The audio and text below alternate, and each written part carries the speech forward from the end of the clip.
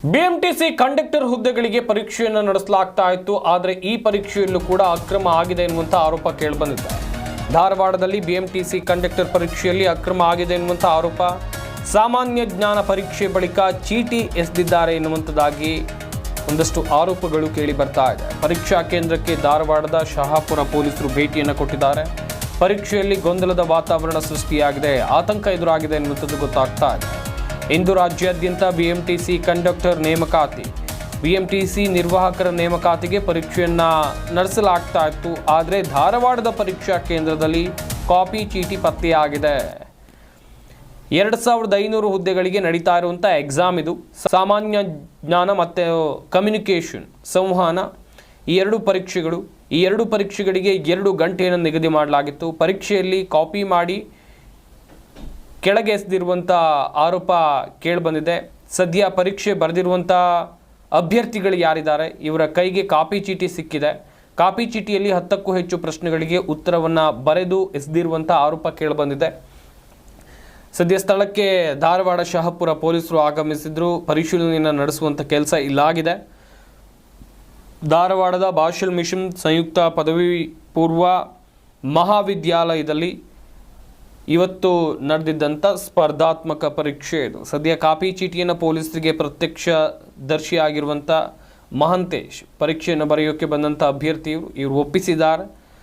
ಮಧ್ಯಾಹ್ನ 2:30ರಿಂದ 4:30ರವರೆಗೆ ಮತ್ತೊಂದು ಎಕ್ಸಾಮ್ ಬೇರೆ ಇದೆ. ಈ ಬಗ್ಗೆ ಇನ್ನಷ್ಟು ಮಾಹಿತಿಯನ್ನು ಕೊಡ್ತಾರೆ ನಮ್ಮ ಪ್ರತಿನಿಧಿ ವಿಠಲ್ ಕರಡಿಗುಡ್ಡ. ದೂರವಾಣಿ ಸಂಪರ್ಕದಲ್ಲಿ ಜಾಯ್ನ್ ಆಗ್ತಾ ಇದ್ದಾರೆ. ವಿಠಲ್, ಗಮನಿಸ್ತಾ ಇದ್ವಿ ಬಿಎಂಟಿಸಿ ನಿರ್ವಾಹಕ ಹುದ್ದೆಗಾಗಿ ನಡೀತಾ ಇದ್ದಂಥ ಎಕ್ಸಾಮ್ನಲ್ಲೂ ಕೂಡ ಅಕ್ರಮ ಆಗಿದೆ ಎನ್ನುವಂಥ ಆರೋಪ ಕೇಳಿ ಬರ್ತಾ ಇದೆ. ನಿಜಕ್ಕೂ ಅಲ್ಲಿ ಆಗಿರೋದಾದ್ರೂ ಏನು?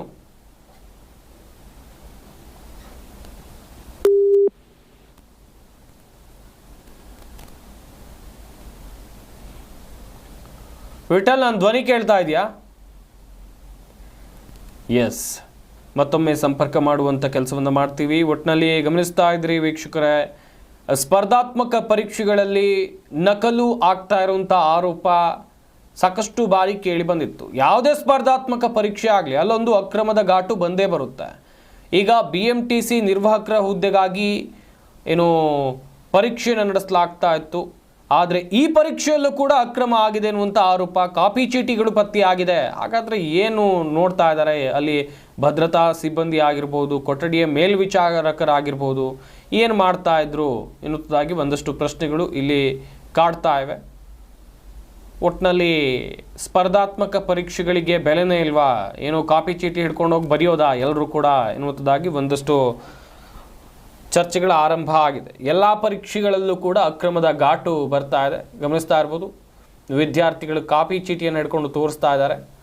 ಬಿಎಂಟಿಸಿ ಕಂಡಕ್ಟರ್ ಹುದ್ದೆಗಾಗಿ ನಡೆದಿರುವಂಥ ಪರೀಕ್ಷೆಯಲ್ಲಿ ಅಕ್ರಮ ಆಗಿದೆ ಎನ್ನುವಂಥ ಆರೋಪ.